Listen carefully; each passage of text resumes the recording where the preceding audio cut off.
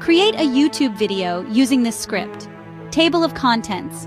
1. A friendship forged in sunshine. 2. The Cuban connection. Bebe Rebozo's rise. 3. Nixon's confidant, more than just a friend.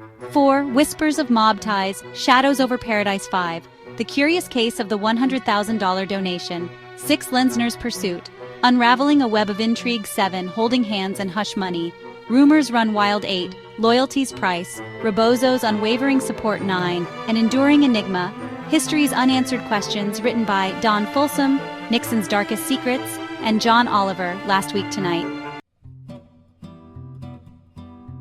Section 1. A friendship forged in sunshine. Picture this: the sun-drenched shores of Key Biscayne, Florida, 1950. Richard Nixon, a young congressman on holiday, is introduced to a charismatic Cuban-American banker named Bebe Rebozo. Their mutual friend, Congressman George Smathers, likely thought little of it at the time, yet this chance meeting would blossom into one of the most scrutinized friendships in American political history. Nixon, with his reputation for aloofness, found an unlikely companion in the gregarious Rebozo. They bonded over deep-sea fishing, sharing cigars, and a shared ambition for power. Rebozo, already a successful businessman, possessed an easy charm that Nixon seemed to lack. This bond, forged under the Florida sun, would endure through decades of political triumphs and scandals. It was a friendship that puzzled observers and fueled endless speculation, raising questions that linger to this day. What was the true nature of their bond? And what role did it play in the tumultuous events that would come to define Nixon's presidency? Section 2. The Cuban connection, Bebe Rebozo's rise. To understand the Nixon-Rebozo dynamic, one must first understand the enigmatic Mr. Rebozo. Born in Florida in 1912 to Cuban immigrants, José Bebe Rebozo embodied the American dream. He rose from humble beginnings, working as a shoeshine boy, to become a prominent figure in Miami's booming real estate market. Rebozo possessed a knack for business and an even greater talent for cultivating powerful friends. He was known for his generosity, his lavish parties, and his ability to navigate the often murky waters of Florida politics. By the time he met Nixon, Rebozo was already a man of considerable influence. Some whispered that Rebozo's success was built on more than just hard work. Rumors circulated about his alleged connections to organized crime figures, linking him to the shadowy world of Meyer Lansky and Santo Trafficante Jr. These whispers would follow Rebozo throughout his life, casting a long shadow over his friendship with Nixon. Section 3. Nixon's confidant, more than just a friend.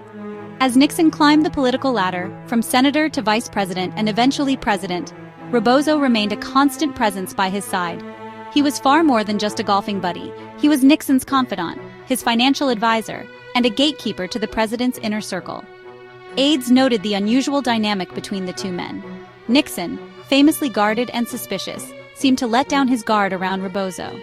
He sought Rebozo's counsel on matters both personal and political, valuing his friend's discretion and loyalty above all else.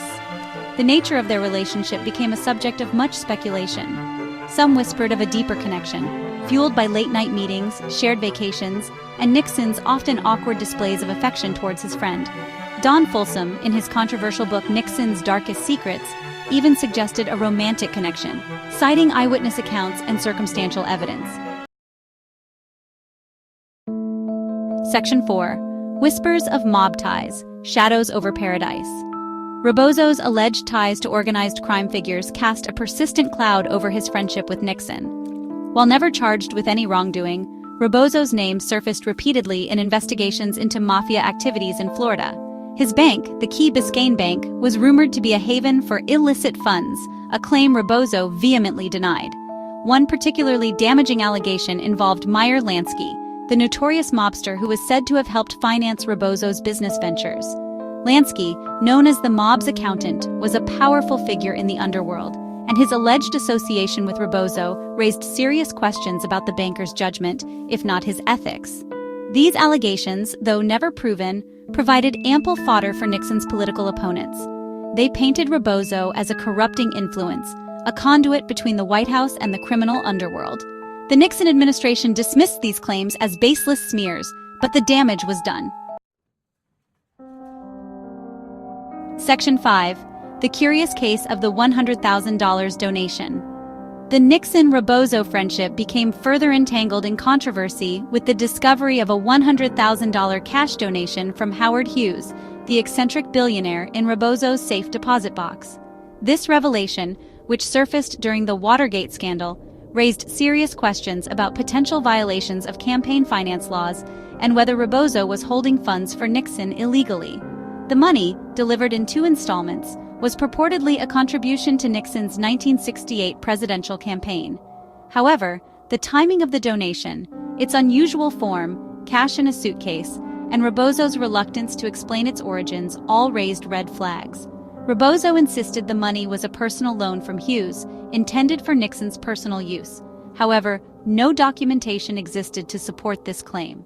The Senate Watergate Committee, already investigating the Watergate break-in, viewed the Hughes donation with deep suspicion, seeing it as potentially part of a larger pattern of corruption within the Nixon administration. Section 6.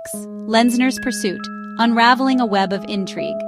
The task of investigating the Hughes donation fell to Terry Lenzner, a tenacious young lawyer working for the Senate Watergate Committee. Lenzner, known for his relentless pursuit of the truth, saw the Rebozo connection as a key thread to unraveling the web of corruption that seemed to surround the Nixon White House. Lenzner's investigation uncovered a series of questionable financial transactions and a pattern of obfuscation and cover-up that mirrored the larger Watergate scandal. Rebozo, when questioned under oath, refused to answer many of Lenzner's inquiries, citing his Fifth Amendment right against self-incrimination. Lenzner's investigation, while ultimately inconclusive, revealed a culture of secrecy and a disregard for ethical boundaries within Nixon's inner circle. Rebozo, once viewed as a harmless if somewhat shady friend, was now seen as a potential co-conspirator in Nixon's downfall.